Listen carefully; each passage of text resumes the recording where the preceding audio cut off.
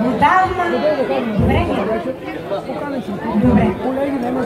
В миналото българският народ е обичал да се събира, да си прави сбирки, да си помага в трудните моменти. Така правят хората, които се обичат. Това правиме и ние, съседите от нашата махала, от нашия квартал. Обичаме се и си помагаме.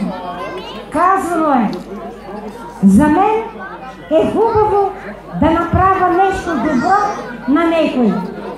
Така и ние на нашата улица, в нашия квартал си помагаме.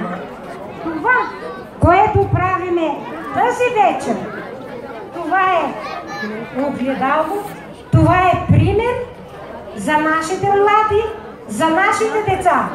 Защото това, което те чуват и виждат днеска, тази вечер, което правим, ще го запомнят за цял живот.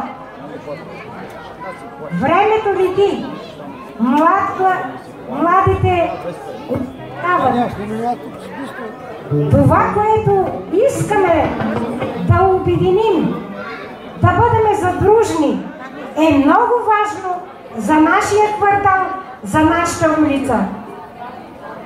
С тези редове на мисли искам да поздравя нашия квартал, нашата улица, за напред да бъдем винаги задружни и да ви пожелая много здраве, крепко здраве, много сили и доброта в нашата махала.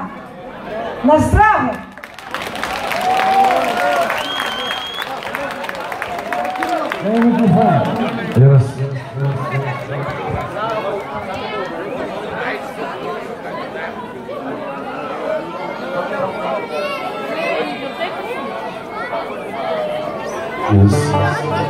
Yes.